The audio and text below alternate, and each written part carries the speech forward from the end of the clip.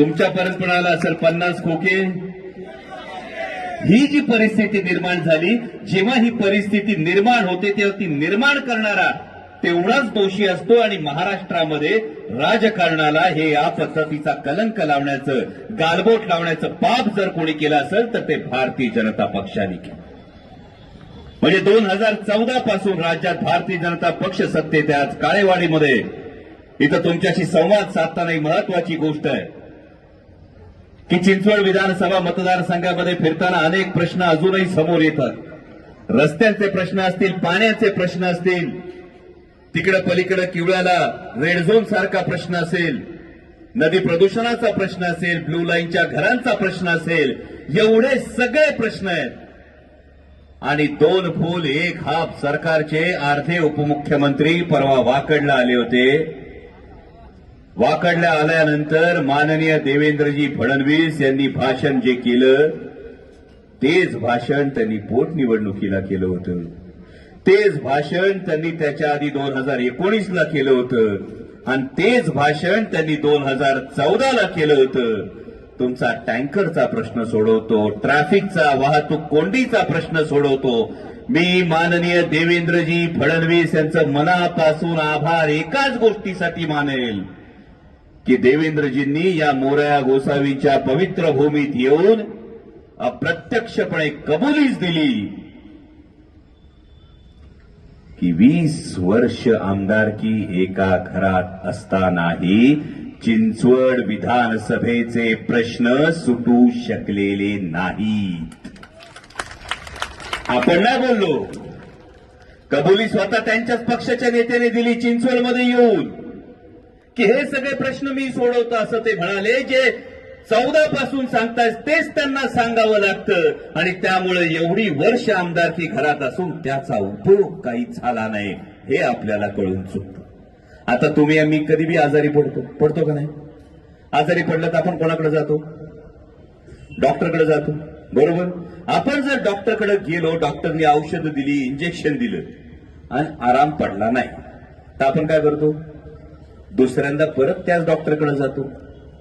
तरी बी आराम पडला नाही, आपण काय करतो? तिसऱ्यांदा त्या डॉक्टरकडे जातो, तरी आराम पडत नाही.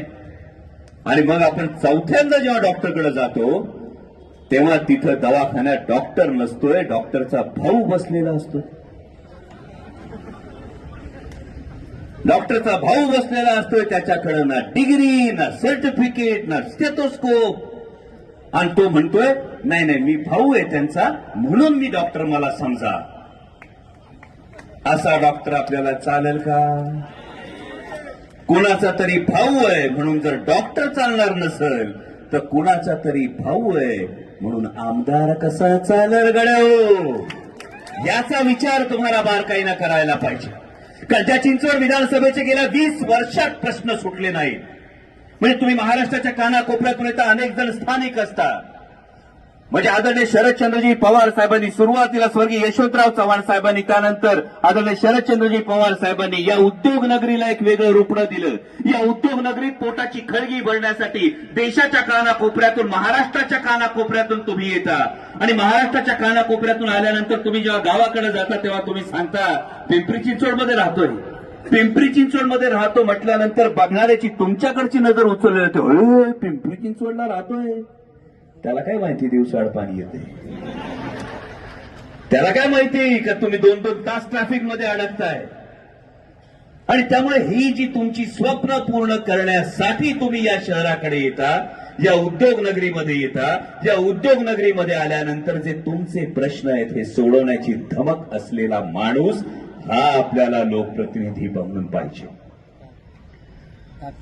मग आता मला सांगा, जर प्रश्न सोडवायचे असतील तर काही माणसांचा ट्रॅक रेकॉर्ड लय भारी आहे. मला संजोग वगैरे पाटलांनी सांगितलं गेल्या 20 वर्षापासून कितीतरी जमिनींचं कुलमुखत्यारपद फक्त नावावर घेतलंय, अजून व्यवहार पूर्ण केले नाहीत, अजून पैसे दिले नाहीत. केवळ जमिनींच्या व्यवहारामध्ये मशगूल असणारा शेठ पाहिजे का आपल्या अडी अडचणीला धावून येणारा राहुल दादा पाहिजे, हे आता तुम्ही ठरवायचं. आणि नियतीने संकेत काय दिलाय तो बघा. राहुल दादा माणूस कसा आहे, राहुल दादाचं काम कसं आहे, आपला ईव्हीएम वर नंबर किती